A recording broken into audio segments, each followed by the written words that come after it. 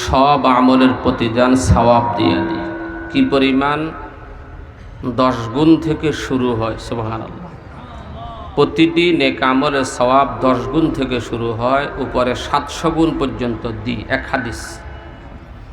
কিন্তু রোজা, কিন্তু এটা এমন একটা আমল যেটার প্রতিদান সওয়াব দিই, ফেরেশতার মাধ্যমে দিই না।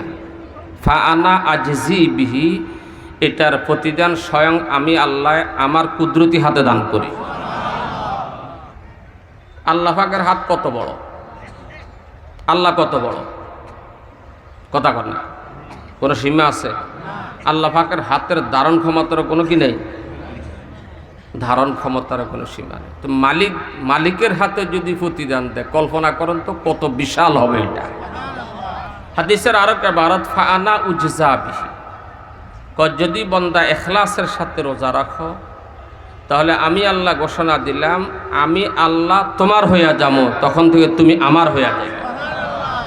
আমার আর তোমার অর্থ বুঝবাল্লা। ছোট্ট একটা ঘটনা বলি। বাশরা হারুন রশিদ একটা কালো কুশ্রী বান্দির উপরে আশেক ছিল। সুন্দরী সুশ্রী বান্দিরা সমালোচনা শুরু করছে, বেড়া কাউয়ালে আগল হয়েছে। সমালোচনা জবাবে জাতীয় দিবসে সব গভর্নরদেরকে দাঁড়া করাইল, রাজদরবারের সমস্ত গোলামবাদীকে দাঁড়ায় করায় কিছু মণিমুক্তা ছিঁড়ি দিল, ঘোষণা দিল যে যেটার উপরে হাত রাখবা সেই সেটার মালিক হয়ে যাবে। গোলামবাদীরা কাড়াকাড়ি শুরু করছে, দামি কোনটা যেটার উপরে হাত রাখা যায়। কিন্তু ও কালো কুশ্রী বাঁদিটা বাদশার পিছনে আসি আস্তে করে বাদশার মাথার উপরে হাত দিয়ে দাঁড়ায় রইল। বাদশাকে ফাগুলি, যে বুচ্ছা বাড়িতে খানা নাই, একখান ব্যাকল মানুষ হয়নি, আজকে তুই কাড়াকাড়ি করে একটা লই না আলাবি, এমনি খাড়া রিসকা। আপনি কি কইছেন? কইছি যে যেটার উপরে হাত রাখবে সে সেটার মালিক হবে। আমিও তো একটার উপরে হাত রাখছি, কথা কর না, কোনটার উপরে হাত রাখছে? তাহলে আমি যখন বাদশার গায়ে হাত রাখছি, আপনি কইছেন যে যেটার হাত রাখবে সেটার মালিক হবে, আমি এখন বাদশার মালিক। তাহলে এই রাজকোষের লাখো কোটি হীরা মুক্তার মালিক আমি হয়ে গেছি। আমার আল্লাহ বলেন ফা আনা উজজা বিহি, তুমি যদি ইখলাসের সাথে রোজা রাখো, আমি আল্লাহ তোমার হয়ে গেলাম।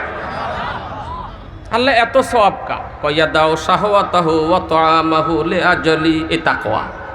ইয়াদাউ শাহওয়াতাহু ওয়া তুআমাহু লিআজলি, নামাজ পড়ে মানুষকে দেখায় আল্লাহ।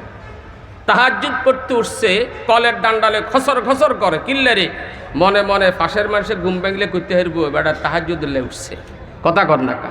হজ করতে জায়গাটা যাবার আগে গরু জবা করে 2000 মানুষের খাওয়াইছে, কিল্লায় আজকে থেকে মানুষ হাজি সাহেব কন শুরু করি, ঠিক আছে নি?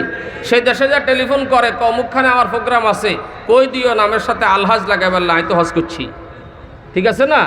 নামাজ পড়ায় মানুষকে দেখায়, দান খায়রাত করে, শত শত ফকির দাঁড়ায়, ছড়ার তল হলে মরলে আরো খুশিও, ঠিক আছে না?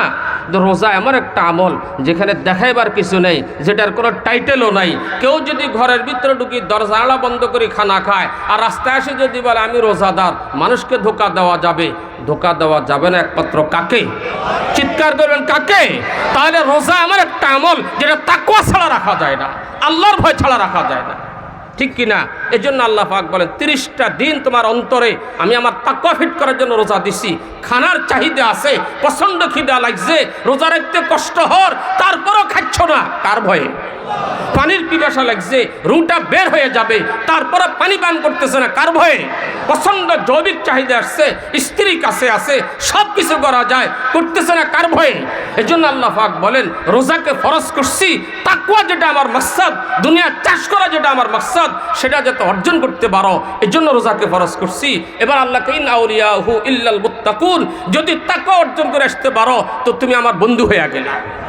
ইন আউলিয়াহু ইল্লাল মুত্তাকুন, কিয়ামতের দিন আমার মুত্তাকিরা আমার বন্ধু হবে। আল্লাহ বলেন ওয়াল আকিবাতুল লিল মুত্তাকিন, পরকালে সমস্ত নাজ নেয়ামত আমি তো মুত্তাকিদের জন্য বানাইছি।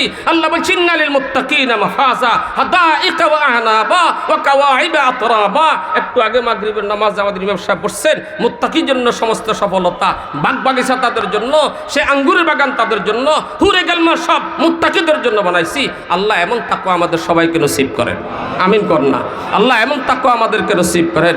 আল্লাহ এমন ভয় আমাদের অন্তরে পয়দা করে দেন, যে ভয়ে সমস্ত গুনাহ বর্জন করতে পারি। ওয়া আখিরু দাওয়ানা আলহামদুলিল্লাহি রাব্বিল আলামিন ওয়া সাল্লাল্লাহু তাআলা আলা খায়রি খালকিহি মুহাম্মাদিন ওয়া আলিহি ওয়া আসহাবিহি।